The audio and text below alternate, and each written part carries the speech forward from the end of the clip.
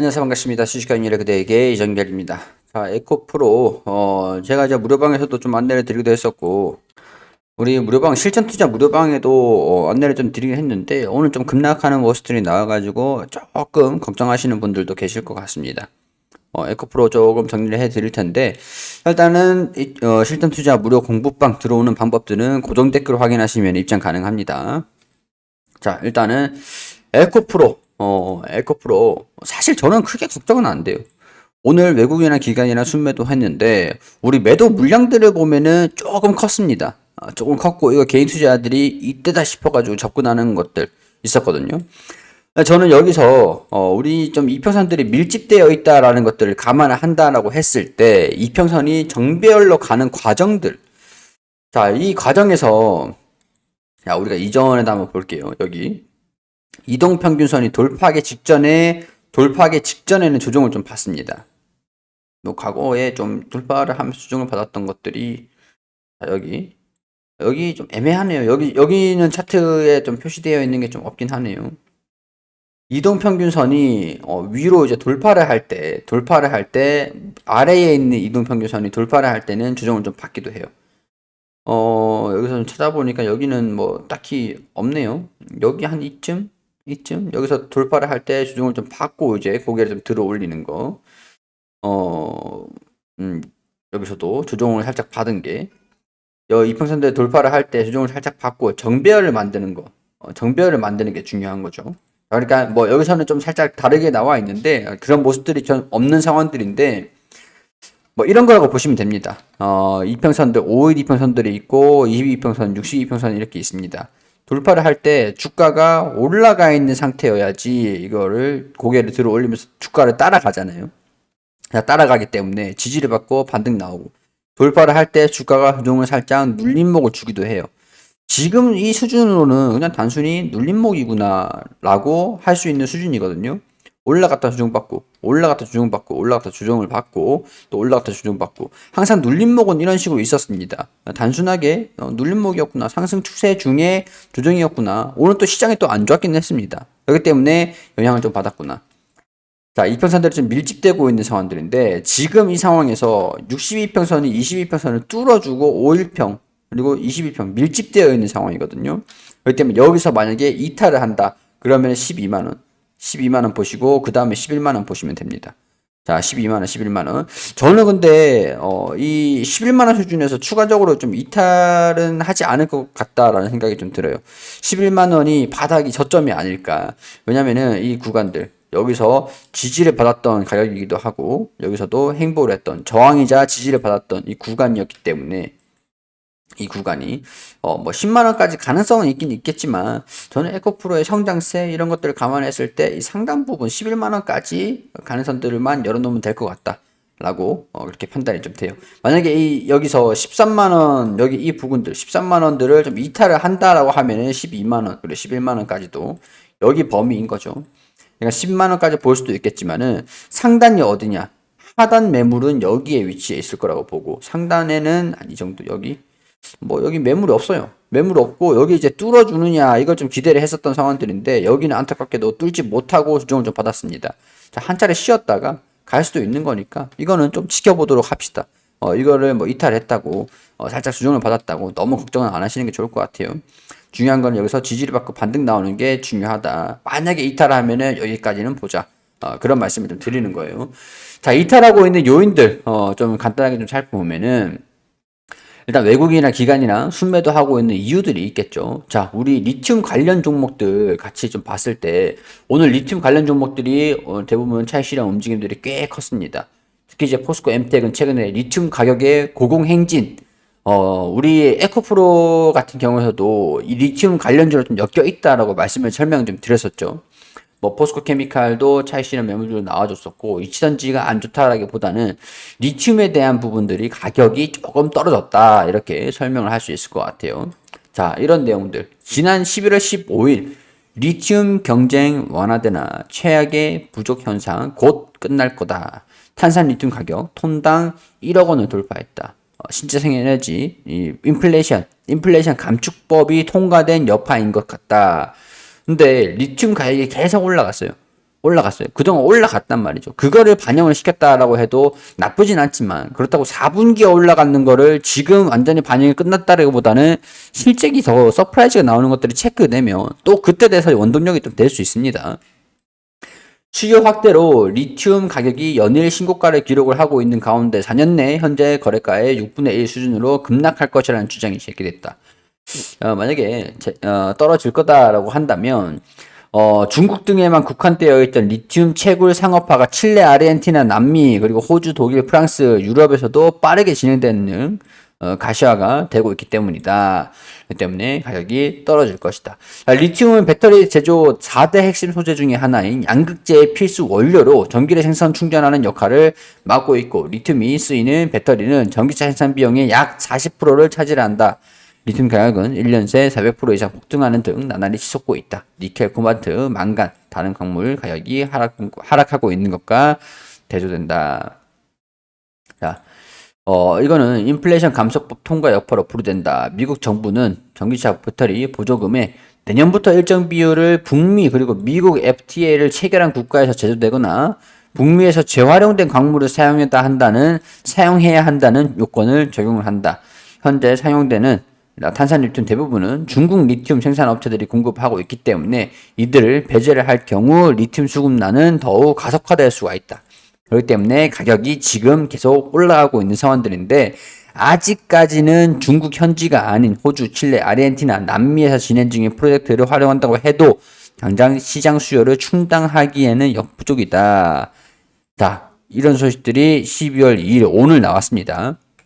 하얀 석유, 리튬 가격이 꺾였다. 6개월 만에 약세로 전환된 거다. 자, 6개월 만에 약세로 전환됐는데 1년 만에 400% 가까이 급등한 리튬 가격에 부담을 느낀 글로벌 배터리 업계가 생산량 조정에 돌입할 수 있다는 전망이 영향을 미쳤다. 생산량을 늘려야 되는 상황들이죠, 오히려. 생산량을 줄인다. 배터리의 생산을 줄인다라고 하면은 리튬에 대한 소비가 줄어든다라는 거니까 오히려 떨어질 수 있을 것 같은데, 과연 이게 국제적인 배터리 업계들 서로 경쟁을 하면서 하나라도 더 이 기업을 이기려고, 조금 이제 원가도 그렇고, 그러니까 제가 이제 배터리 생산 업계, 삼성 SDI 국내로만 보더라도 삼성 SDI, LG화학 뭐 많잖아요. SK도 있고. 얘네들이 우리나라 내에서 뭐 점유율을 뭐 주고받고 하는 거는 뭐 크게 그건 없지만, 배터리 업계에서 이 배터리 전기차 판매량이 줄어드는 게 아닌 상황에서 배터리 생산을 줄인다라고 하는 거는 상대방한테 점유율을 넘겨준다는 얘기가 될 수가 있기 때문에 절대 못 줄입니다. 줄일 수가 없어요. 배터리 양을. 생산량을 조절을 한다라고 하면은 전기차 판매 완성차 업체에서 요구하는 배터리 수준이 있는데 그거를 공급을 우리 못 해주겠다라고 얘기를 하는 건데, 그러면 전기차 완성차 업체들이 다른 배터리 회사에다가 요구를 할 거 아닙니까? 그러면 점유율이 줄어든다라는 얘기밖에 안 되기 때문에 각자 성장을 하면서 경쟁을 하면서 성장을 해야 되는 이 구조상 줄일 수는 없을 겁니다. 경기가 안 좋아서 자동차 판매량이 줄어든다, 그래서 소비가 줄어든다, 이거는 말이 되죠. 이거는 뭐 가능성들이 있는 얘기지만은 서로 뭐 생산량 조정에 리튬 가격이 너무 올라가가지고 생산량을 조절을 할 수 있다. 이거는 글쎄요. 저는 이제 별로 신빙성이 없는 얘기라고 봐요. 자, 여기서 탄산 리튬 99% 기준 가격이 전날 키로당 562위안에서 10만 원 수준에서 전주 대비 2.4% 감소했다. 에게 꼴라. 지난달 11일 역대 최고가 581위안을 경신한 이후에 최근 1년 만에 가장 큰 폭으로 감소한 수치다. 리튬 가격은 지난해 11월 키로당 185위안에서 3만원에서 10만원까지. 좀 너무 오르긴 했어요. 3배 이상. 너무 오르긴 한 것 같아요. 이런 상황에서 양극재와 음극재 사이를 이동하는 화학적 반응을 통해서 전기를 만들어내는 금속이다라고 했죠. 60, 70%까지 높아졌다. 이 정도 수준이면은 조금 1만 5천대 수준에서 700톤 가량의 리튬이 필요한데 조금 높긴 하네요. 너무 높긴 한 것 같아요. 약간 숨고르기로 보면 될 것 같아요. 탄산 리튬 가격이 1톤당 1억 원을 돌파하면서 정점을 찍었다는 시각이 지배적이다. 경쟁력 감소를 막기 위해 생산량 조정에 돌입할 수 있다는 가능성들이 커지고 있다. 자, 리튬의 생산 특성상 수요 변동을 즉각 반영하지 못해 배터리 업계에 수급 변화가 생길 경우 가격이 빠르게 하락할 수 있다. 이거는 우리가 참고를 할 필요는 있을 것 같습니다. 리튬 공급량이 증가되고 있으나 가격 변동의 비탄력적인 공급 구조로 인해서 수급이 불일치 현상이 빈번하다. 자, 우리 여기 이 내용들을 보면은, 에코프로의 자회사 지분 가치에 대한 부가 이게 지난 8월에 나온 얘기들인데, 자, 이게 보면은 자회사 에코프로 HN 대기 환경 개선 리튬 가공 자회사 지분이 97% 가지고 있죠. 에코프로 뭐 자세히 보이진 않는데 양극재용 전구체 하이니켈 양극재 에코프로 BM이죠. 자, 그리고 CNG 폐배터리 재활용 그리고 고순도 산소 질소 사업부. 자, 여기 보면은 법인이에요, 다. 양극 하이니켈 양극재 밑으로 에코프로 BM이 가지고 있는 지분은 CNC 양극재, 그리고 해외 양극재, 하이니켈 양극재 이런 쪽으로. 자, 그러면 이게 전부 다 자, 이렇게 보시면 돼요. 우리 지주사격 할인은 분명히 있습니다. 지주사이기 때문에 그만큼의 지주사로서의 할인 그런 것들은 분명히 있는 것들이지만 일단 이치전지 소재 산업부를 중점으로 사고 있는 산업부고 여기서 실적이 잘 난다. 그러면 결국에는 매출 연간이 여기서 실적이 잘 난다. 매출 연간이 여기서 매출이 이렇게 올라와서 여기로 한 중간 지주사로 모였다가 이렇게 올라가는 그런 구조고 결국엔 헤드가 누구냐? 그러면 이치전지 산업이 원래 이치전지 산업이라는 거는 성장하는 게 차트랑 똑같아요.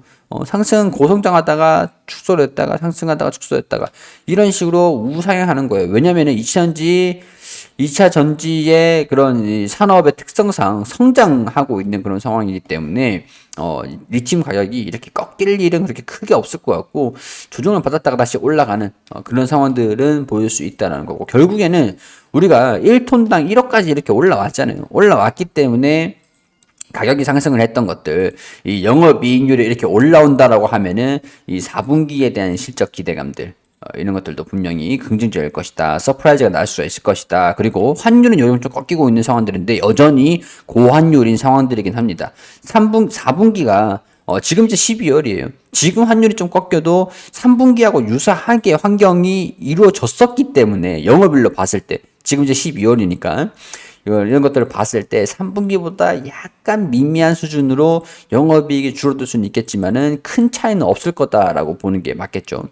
자, 그렇다면 올해 6,100억 원 수준의 영업이익이 나고 4천억 원 수준들 그리고 단기 순이익이 6천억 원, 9천억 원으로 계속 캐파가 증가되면서 상승할 거다라고 봤을 때 우리 1주당 순이익이 13,000원, 2만 원, 27,000원까지 증가되잖아요. 자, 11,000원에서 지금 11배 수준이에요. 13,768원 수준에서 이 주가가 비싸냐 저렴하냐 이게 중요하니까 134,000원 수준에서 13,768원 그러면은 불과 9배밖에 되지가 않습니다. 자, 그럼 134,000원 수준에서 우리가 내후년에 EPS가 27,000원까지 된다. 27,968원 수준들 계산해보면 4배 수준밖에 되지가 않습니다. 향후의 성장성을 보고 내가 버틸 것이냐 주종을 좀 받더라도 11만원 부근까지 만약에 주종을 받는다라고 하더라도 이걸 버틸 것이냐 아니면은 대응을 잡아 나갈 것이냐 저는 이제 대응을 잡아가는 게 맞다라고 보는 편이기도 하고 자 그렇게 되면은 향후에 주가가 실적이 성장을 하면서 이 기업의 외형이 성장이 되면은 거기에 따른 주가가 움직이는 게 맞지 않겠냐. 지금 PER이 뭐 80배, 60배, 뭐 30배 되나요? 안 된다는 거죠. 11배 수준에서 영업이익이 더 증가되면은 9배, 4배 수준까지 주가가 13만 원이라면 여전히 저평가라는 겁니다. 그렇기 때문에 우리 이 기업 가치 대비 주가가 비싸냐 저렴하냐를 봤을 때는 저는 가지고 가는 게 맞다. 뭐 이렇게 판단을 하고 있다라는 것들 이런 얘기들을 말씀을 드리고 싶었던 겁니다. 자, 에코프로 참고를 하시면 좋을 것 같고 도움이 되셨길 바랍니다. 도움이 되셨다면 구독과 좋아요 부탁드리고 우리 무료 공부방 종목들도 같이 나갑니다. 여기 오셔가지고 인사이트 얻어가시고 수익도 내가시고 좋은 기회 되셨으면 좋겠습니다. 자, 구독과 좋아요 부탁드리고 저는 여기서 인사드릴 수 있도록 할게요.